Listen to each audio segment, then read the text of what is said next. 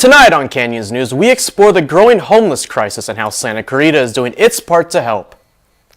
And with the temps dropping, sickness is rising. We check in on hospitals as they deal with the new tridemic. And finally, holiday cheer is in the air and Santa Clarita is starting to celebrate. Canyons News starts now. With news from across the Santa Clarita Valley, this is Canyons News. Hello everyone and welcome to Canyons News. I'm Ben Embuito. And I'm Andrea Perrine, and here's the latest from the Canyons newsroom.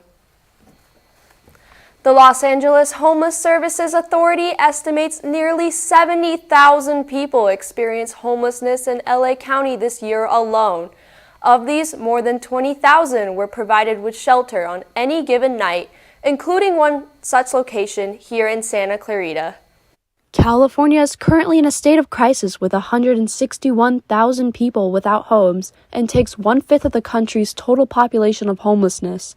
If this worried you, you may be thinking, what can we do to fix this, and what's Santa Clarita doing to help the crisis? Deputy Luis Valle, the local coordinator for the Homeless Outreach Program in Santa Clarita, shares his critical role in tackling the homeless crisis. Our main purpose is to provide these people experiencing homelessness help, whatever it may be, either it's finding a job, finding a place to live, food, or some type of shelter. That's our main goal. Everybody has different challenges, and that's where it comes to what do we gotta do to help them. For those who accept the services and are seeking help, they are brought to a shelter. A non-profit organization, Bridge to Hope, is the only shelter found here in Santa Clarita. This shelter focuses on providing services that will help people sustain a living with housing through mental health support and training. To talk about the organization is the Director of Programs, Amari Peterson. The goal is not only to get the person into housing, but it's also that they keep their housing. And part of keeping their housing is giving them that supportive service with helping them figure out what their budget is. And so I think having sort of what we see it as wraparound services, having that sort of wraparound support only makes it better for somebody in the long run because they're learning the skills that they need to be able to keep their stable housing rather than just returning to homelessness. Bridge to Hope usually provides clients with a stable and comfortable daily schedule. Well, a lot of our clients are enrolled into programs at COC, and so they go to school. There's other programs that are running during the day, from support groups to other activities that happen so that clients feel that they don't have to just sit around all day. And then, of course, there's a dinner that usually is provided through volunteers and donations in our community. Reporting for Canyons News, this has been Andrea Perrine. Something is happening in COC and it's hiding in plain sight. Reporter Andre Sosa talks about the new addition to the campus. Something new is happening in COC. Something that people don't really notice. And something that is so obvious, but yet no one even asked what is going on. Parking lot 15 has been a parking lot for many students here at COC. But now, COC is making a revamp for students that have disabilities. So we're actually doing ADA upgrade phase 2. It's going to be us upgrading the parking lots to meet ADA compliance. So it's to comply with the American Disabilities Act, so wider walkways, more clear delineation of parking spaces. With construction going on, many students believe that there's going to be more car accidents. However, COC has found a way to prevent that. I don't believe so. There'll be additional directional signage, and there is directional signage that helps with the traffic flow. And this is not the only thing that COC is going to give out to the students. They are planning to do more things starting next year as well. So we have multiple projects going on right now. We have the Benelli Hall Multicultural Center that's going in. We also have the Boykin remodel, which is an upgrade to all the labs. We have the 25,000 foot instructional space that's being added to Canyon Country as well. For Canyons News, I'm Andres Sosa. And now here's Lance Mathis with what's trending. You may have seen the picketing outside of campus. Adjuncts remain on strike here at COC. The impasse between unionized part-time faculty and Santa Clarita Community College District has now reached day 3 with no end in sight. The union is alleging unfair labor practices and accuses officials at COC of cutting part-time pay. COC spokesman Eric Harnish says no bargaining group at the school received a raise in 2020, but does say the district did approve a 5.2% raise for part-time faculty in the past year. A Saugus High School student was transported to a local hospital on Tuesday after an apparent overdose. School officials called 911 after 11:30 a.m. The Signal SCV quotes a source at the Heart District as saying the student consumed a large amount of Tylenol. A spokesman for the Heart District is unable to disclose any more information regarding the student's current health status. And finally, the Cuban Valencia was evacuated yesterday after reports of a gas leak. First responders were called to the 27,000 block of Smythe Drive near Valencia High School at just after 5:30 p.m. LA County Fire says everyone in the building was evacuated, but no one was injured or became sick because of the fumes. And that's what's trending. I'm Lance Mathis. For more stories in and around Santa Clarita Valley, you can check us out at canyonsnews.com. And here's Ben and Guido with more news. Thanks, Lance. How many of your friends have been getting sick this season? It's not just your imagination. Hospitals around the nation are dealing with 3 different kinds of respiratory viruses. Canyon News reporter Aja Haskin tells us how the tridemic is affecting hospitals. As COVID cases continue to spread, doctors are experiencing an increase in multiple respiratory viruses. Hospitals like Henry Mayo are trying to navigate a surge of influenza and RSV. In particular, influenza A, which is packing its emergency room. We've seen a huge increase in influenza right now. Influenza is widespread. I mean, we're seeing probably 40 to 60 cases in the emergency room every day. The respiratory syncytial virus, also known as RSV, is experiencing a surge across the U.S. Unlike most other common viruses that cause upper respiratory tract illnesses like bronchitis, this particularly causes more illness in the lower tract and causes a bronchiolitis. It's more prominent among kids who are less than 4 years old. As of now, there is no vaccine for RSV, which is another challenge that hospitals face. Resources are limited because of this surge in RSV, but for the most part, they just require oxygen, and so as long as we can provide that for them, they typically get better within 24 to 48 hours. As for COVID, this year doctors are seeing an improvement from last year and are hoping it doesn't become severe. We're going to have a surge in certain cases and it's going to drop off. The question is whether it's going to mutate again and become more pathogenic. That's the concern. There are precautions that residents can take in order to stay healthy. The best treatment is prevention. And so I think the best word of advice, especially as we get into the holidays, is make sure you get your flu vaccine. And obviously just practice good hygiene. If you're sick, you want to stay away from your family members.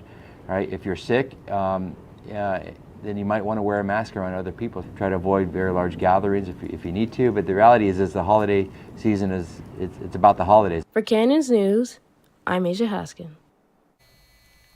Many people believe learning has never been harder since COVID changed the way we educate students. And as Connor Alshire tells us, the shift is very much on the minds of many here at COC. Schools all across the country have had to deal with going to online classes for a long period of time due to COVID-19.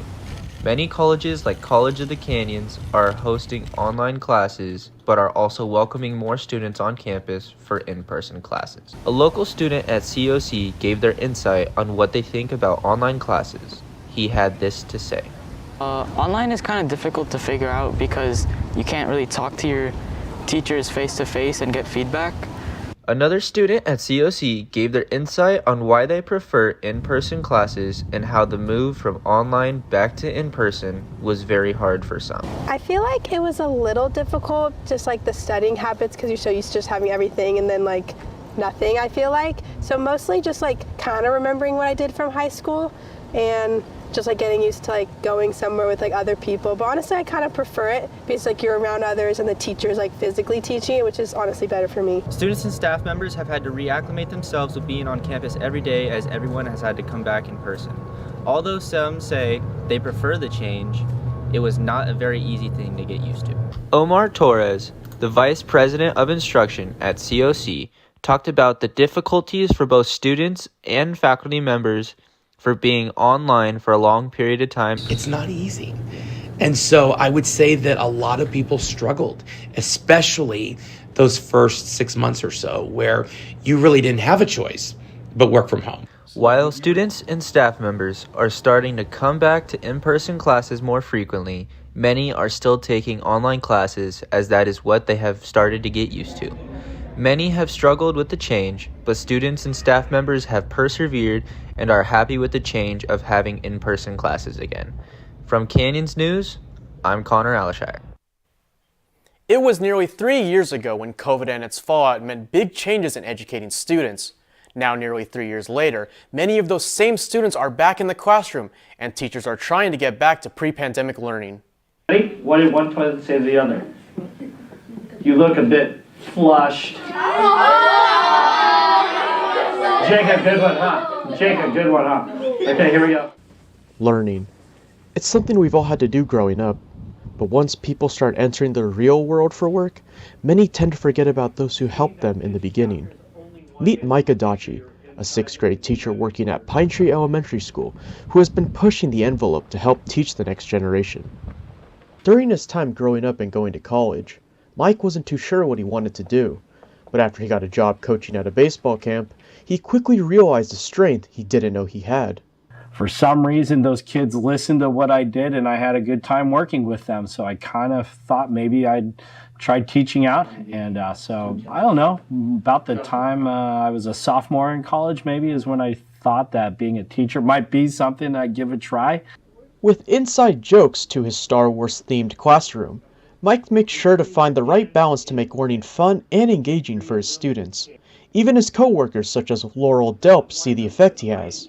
I think that the connection is his biggest strength with his students, but he's all in. Like, he is not doing half of the effort and half the work. He puts it all into doing what he thinks is best, both academically and relationship-wise with his students. From mathematics in the morning to extracurriculars in the afternoon, Mike always has his hands full planning out each day to ensure his students are getting the best education he can offer.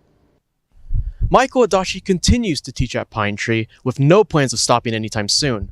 And as a famous Jedi once said, "May the Force be with you." For Canyons News, I'm Ben Embuido. Influential individuals are the ones who lead our society, and at least 40 of those people are being recognized this year at the Santa Clarita 40 Under 40 event. Here's more with Lance Mathis. I'm Lance Mathis with Canyons News.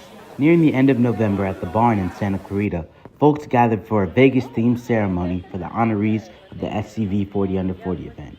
This event not only highlights people in the community, but highlights leaders. I'm Lance Mathis with Canyons News. Currently, I'm at the SCV barn for the 40 Under 40 event for the locals of Santa Clarita.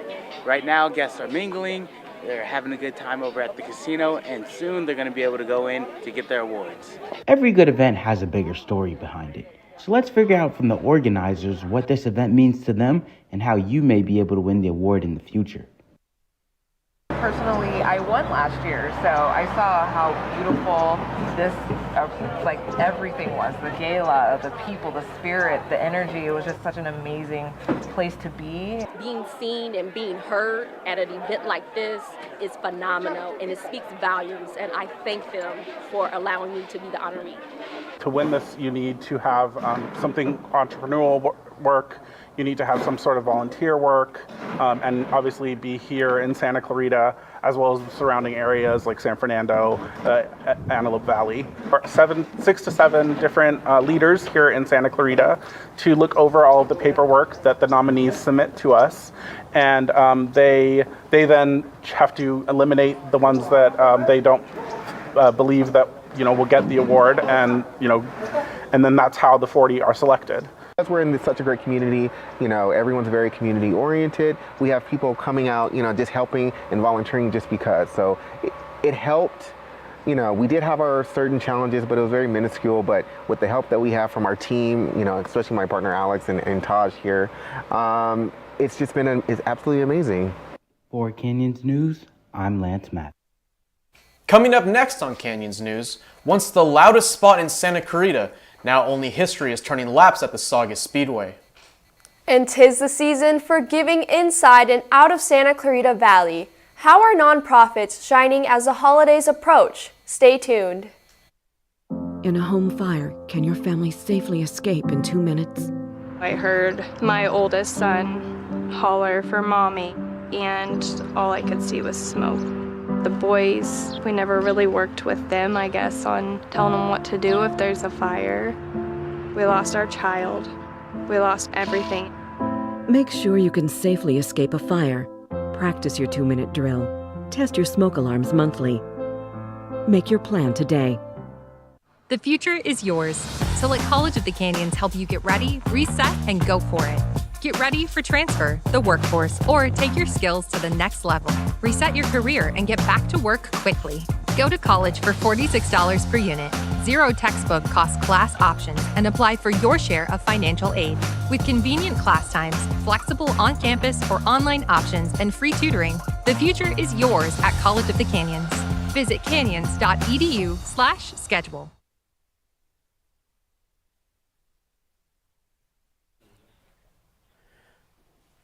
Welcome back. And with the return of students and staff to COC, so too does the return of many times honored traditions, including a cultural favorite. With more, Canyon News reporter Marcus Nocerino. Every year, the Department of Modern Languages presents an international film festival for students and faculty to watch and learn bilingual films. This film festival is called Alone Together, which is the search for the meaning and belong. International Film Festival always had the objective of also connecting with the community members, students, and faculty as well. And it's on a Friday night. On November 18th, the film that was last presented is called Talk to Her, about 2 men who form an unlikely friendship as they take care of 2 women who are in a coma.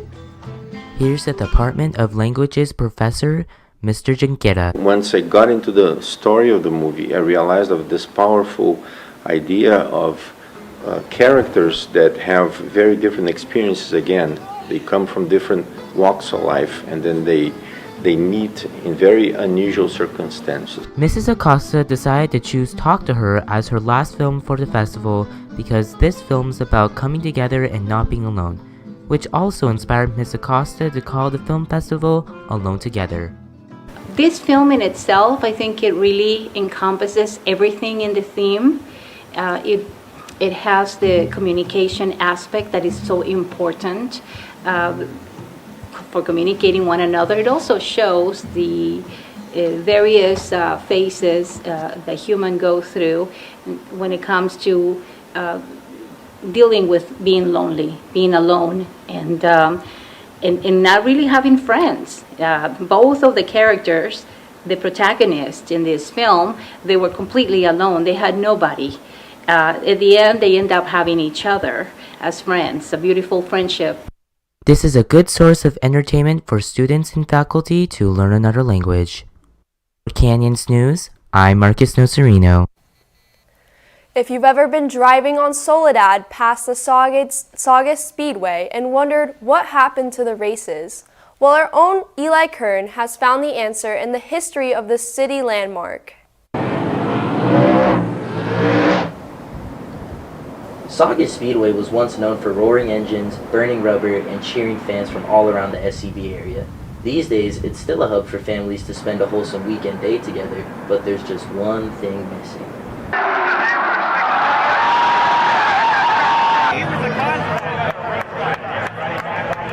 In the corners, he can't quite get off the corner like he wants. There's some debate amongst race fans around the reason behind the shutdown. What everyone can agree on is the loss the community felt no longer having the races to look forward to every weekend. Tommy Mason spent many of his childhood Saturdays at the track. It's the place that his parents met.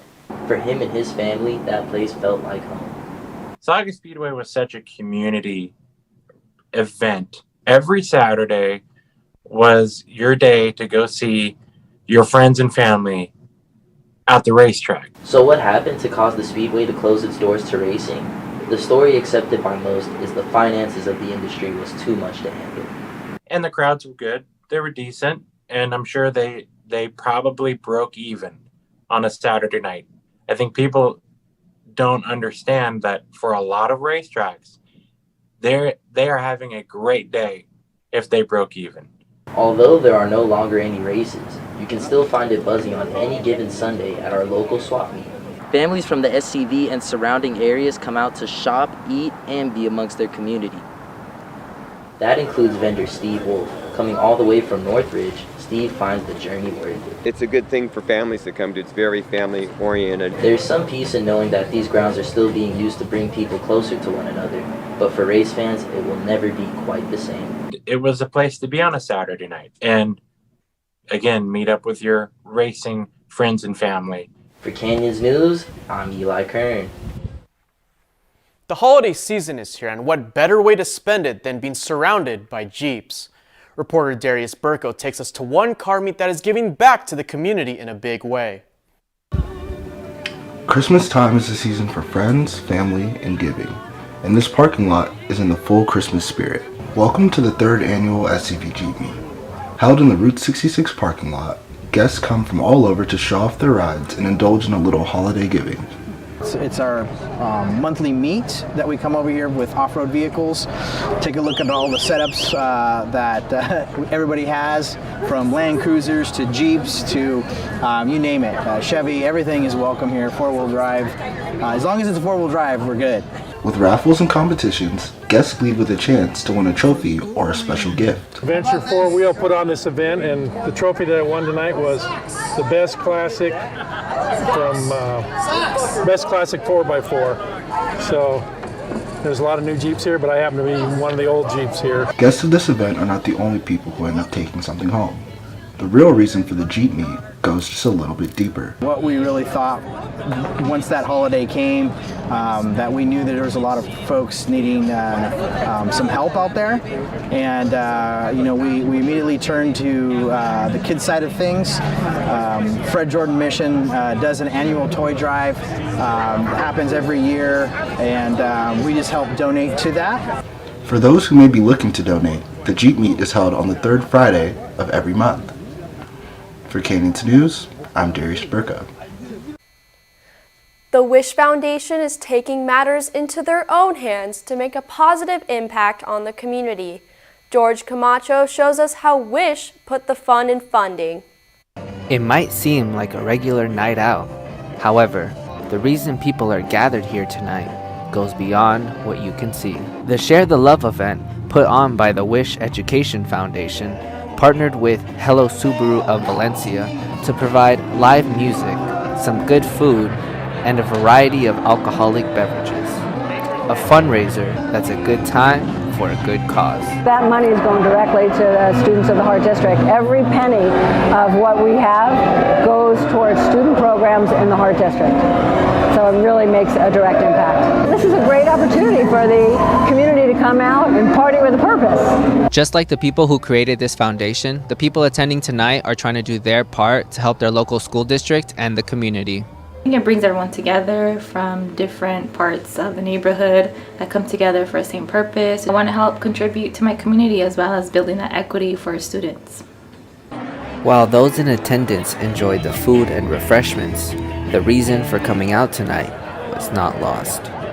We are here to help the children to get what they need, and I believe education, knowledge is a power, and that's what we need to provide for our kids. Because we cannot live only to the state or to the government to provide for them. We are the parents, we need to fight for education for our kids and try to get any resources possible to help them. We bridge that gap between state funding and what is available in the classroom. It's a huge, giant gap, and it's unfortunate, but that's where we step in. Reporting for Canyons News, I'm George Camacho. Billions of people across the world are preparing for the holiday season. Jonathan Garcia takes a look at how Santa Clarita is preparing for its own celebration. Newhall is back, celebrating its 9th year with its Light Up Main Street this Christmas in the Santa Clarita Valley. But this year, Elizabeth Goldman is experiencing Light Up Main Street for her first time and is happy to be a part of the yearly tradition. It is my first time at this event. I actually recently moved into the apartment at the end of it, so it's actually really nice to have this here. And it kind of just reminds me how special it is to live on Main Street. and it just makes me even more grateful for my community. Communities with multiple generations within them have celebrators like Maria Guerrera express what vibe Light Up Main Street gives. The beginning of Christmas, the unity of the city, and the festivities for the kids, so they have a nice holidays. While Christmas is back here in Newhall, many family and friends are spending time eating a bunch of food from food trucks, enjoying all the lights, and as well as the music. But not only that, they are bringing a lot more emotionally with the community around them. I've never seen so many people together in Santa Clarita at once, and so that's really cool. Just like so many people walking and smiling and laughing. It's pretty nice.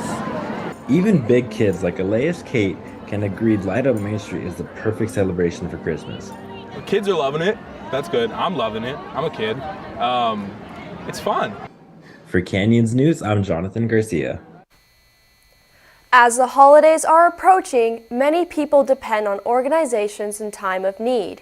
That is why the American Cancer Society and Relay for Life are partaking in a holiday boutique here in Santa Clarita. Here's Julian Osorio for more. Last weekend, at the United Methodist Church in Saugus, American Cancer Society and Relay for Life hosted an annual holiday boutique that benefits cancer research.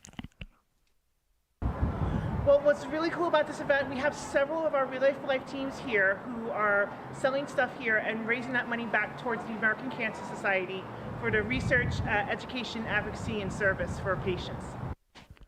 At the boutique, the event organizers share how the American Cancer Society has helped them when people they know have been affected by cancer.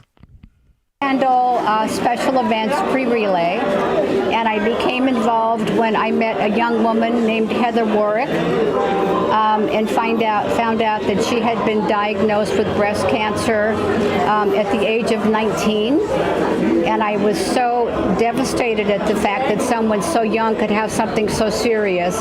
I decided to commit myself to trying to help find a cure. Cancer affected me first when I was age 10, and I lost my best friend to brain cancer, and I didn't understand why there wasn't a medicine or a cure, and I never forgot that, so that's kept me going all this time. At this boutique, vendors sell items such as tiles, DVDs, gemstones, holiday decorations, and even war memorabilia. Vendors pay a fee to set up a booth, and they also donate an item or service to the raffle. Raffle tickets are sold by event organizers to bring in more money for cancer research. I've been doing almost every year doing the raffles, which benefits my relay team. And I do all the raffles for all the Relay for Life events. One vendor, who served in Vietnam, says he's also been affected by cancer, and selling items here for the first time means a lot to him. So we landed the Marines on the beaches and took them up to the jungle rivers, and we were their mothership. Even though the Holiday Boutique event is now over, you can still show your support for the American Cancer Society on May 6th at Central Park. Live for Canyons News, I'm Julian Osorio. The most wonderful time of the year has come with trees and musical enjoyment to the Santa Clarita Valley. Haley Wilson rocked around the Newhall Boys and Girls Club Festival of the Trees to see how they celebrate the season. The Boys and Girls Club of Santa Clarita Valley held their annual Festival of Trees event in order to raise funds for the club itself. A number of performances were held as entertainment as well as an opportunity to talk to Santa himself. This became an event for families to come together for the holidays and for a good cause which helped the community as well. This is the 20th anniversary of the Festival of Trees. It benefits the Boys and Girls Club of Santa Clarita. So it's a way to kick off the holiday season. We have elaborately decorated full-size trees, tabletop trees, gingerbread houses, and wreaths. So it's a great chance for the community to come in and, get into that holiday spirit and support the Boys and Girls Club at the same time. Different trees and gingerbread houses were put on display for viewing. A silent auction was being held where you were able to scan a QR code to bid for the item you wanted. Many other festival items on display were designed by professional designers to showcase their talents. A team of designers who donate their time and build the trees. Sometimes they have sponsors that work with them, that give them ideas, and businesses will sometimes. Magic Mountain has been a long-time supporter providing a tree from the theme park. And then we have another team of designers that work on the tabletop trees, the smaller ones, and then the high schools often will provide a tree from the high school. This event has been going on for several years, which is something that could benefit the Boys and Girls Club as donations are able to come through. For Canyons News, I'm Haley Wilson. Finally, winter break is just around the corner, which means the holiday season is in full swing. Canyons News reporter Christian Wogeman shows how a nonprofit is making the holidays brighter for the community. For many, the holiday season represents cheerfulness, spending time with loved ones, or a much-needed vacation from school or work. But the Los Angeles Boys and Girls Club of Lincoln Heights, along with UPS volunteers, believe the festivities are best characterized by the act of giving. On November 22nd, the pair hosted their annual Thanksgiving-themed feast for families of club members and local residents in need. Well, I've been at the Boys and Girls since 2005, and we started it the next year. So we've been doing this since about 2006. So I would say, what is that, 16 years? This event was the largest the club has hosted in years, as the world continues to open back up post-pandemic. There was a pretty good turnout. I would say we had 300 to 400 people here today, and I think that's about maybe a little less before COVID, so we're actually improving.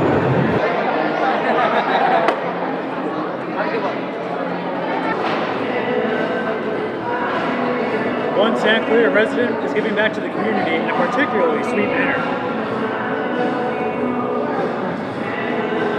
Well, I just feel like giving is really important, and I want to show my kids. So I brought my kids, and we're having a good time just giving everybody, food and talking to people. The club and the San Antonio Winery are hosting a toy giveaway next month. Closer to home, you can make a difference by donating to or volunteering at the Newhall or Sierra Vista clubhouses. Your generosity this holiday season might leave a child in need jumping for joy. Christian Wogeman, Canyons News. That does it for this edition of Canyons News. I'm Ben Embuido. Remember, you can catch us on the web at canyonsnews.com. And I'm Andrea Perrine. You can also send us news tips and story ideas to our Twitter handle canyonsnews_COC and follow us on Facebook, YouTube, and Instagram. Have a good night, everybody, and we'll see you next spring.